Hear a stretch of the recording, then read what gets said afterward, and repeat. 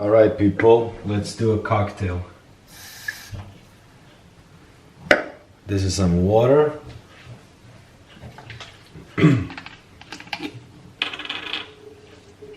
this is something for those of you who know what it is.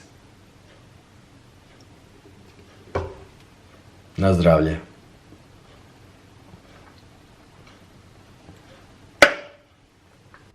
Hello everyone. This haircut has nothing to do with the current situation in the world. I got a trimmer recently, and you know, sometimes you grow hair, sometimes you don't grow hair. But now it turns out to be kind of good for the hygiene. You know, the monks in temples have shaven or short hair because it's cleaner, no hair ego. You know, this is what's behind the facade, your head. Anyway, in this video I just want to share some of the things that I do in regards to this whole situation. I'm not gonna talk about the kind of doomsday aspect of it. I'm not gonna talk about whether this is or isn't a kind of provoked event. You know, it seems they kind of let this skip through in Europe. You know, everything is done too late. And I'm not going to talk about whether or not they're going to push mandatory vaccinations. What I'm going to do is just basically like, how do I respond to a situation like this with my family? And the way I do it, first of all, is to, yes, food and water for a month. I also have a full tank in the car, just in case the gas is getting cheaper. So basically have food for, well, at least a week. I know, a month is a good place to start with, because people are gonna get sick more or less. You can have this, you know, thing in you and not be that sick. You might not even notice it, or you might get really bad and you need medical attention. So if this perhaps will escalate to, you know, to a number which people are really not able to comprehend, and that will shut down parts of society.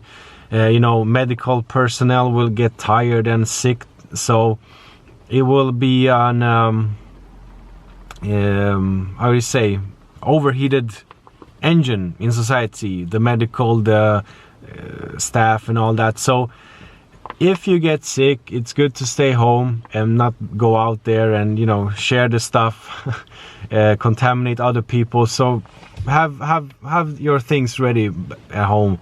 Or if you just want to stay home to kind of isolate yourself. So in any case, a month of food and water. But that depends on where you live too. We live close to the place we get our drinking water from, so I could go to that lake and just take water and boil it and clean it and so on. What I think will happen is society in itself will be more affected than maybe people physically on an individual level.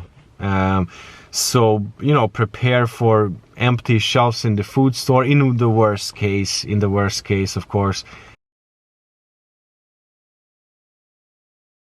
In Sweden, for example, they don't even like test people anymore. It's more or less like, if you're sick, it can be anything, just stay home. And if you really get bad, if you start to have breathing problems and so on, then you're gonna seek help. Then it's okay, because they lack the testing equipment. Just an update on what I said.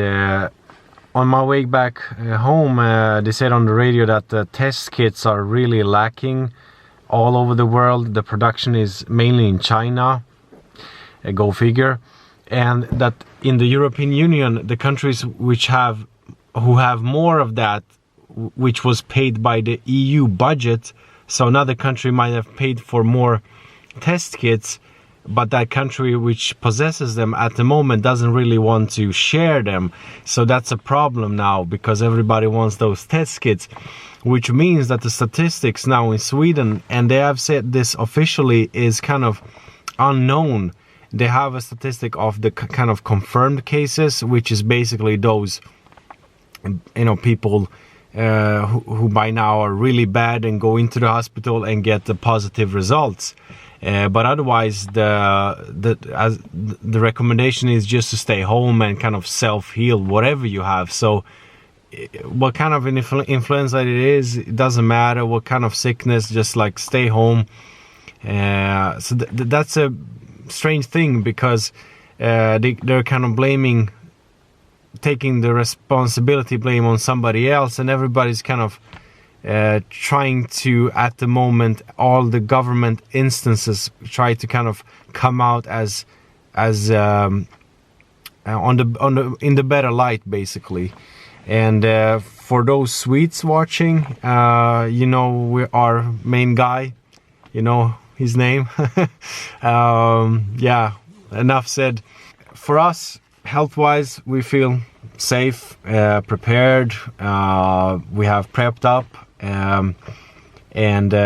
but the whole apparatus around this will be, you know, interesting to see how it evolves with the borders shut down. Denmark is shutting down their borders. Poland, Denmark is shutting down their schools. Norway does the same. In Sweden, they haven't done it. Their argument is that it might put, you know, parents in a position where they have to go to work and maybe leave the children at their parents' place, and maybe the children contaminate the parents. Who knows? My suspicion is, of course, that in some countries they prolong this because they don't want to put it straight, like lessen the BNP, the society, the economical engine in the society. Because when you don't have schools, then you have to prepare some kind of alternative education, and you still have to pay the people.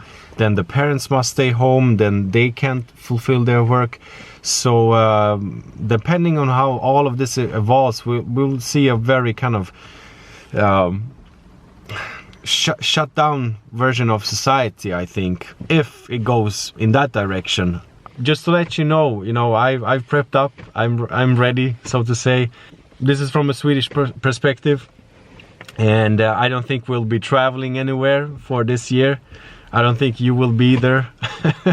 So yeah, I'm glad we have moved now, because we live in a bit airier place, kind of closer to nature, and a good place if things kind of get really shut down, where you can kind of just retreat and spend time with your family and empty those cans. And yeah, so probably more videos about this. Anyway, take care, people. Really, for this time, take care and all the best. I'll be in touch sooner or later, and maybe with some other content, but I just wanted to take some time to do this. I've been pretty busy for the last weeks and so on. So yeah, thank you for watching. See you.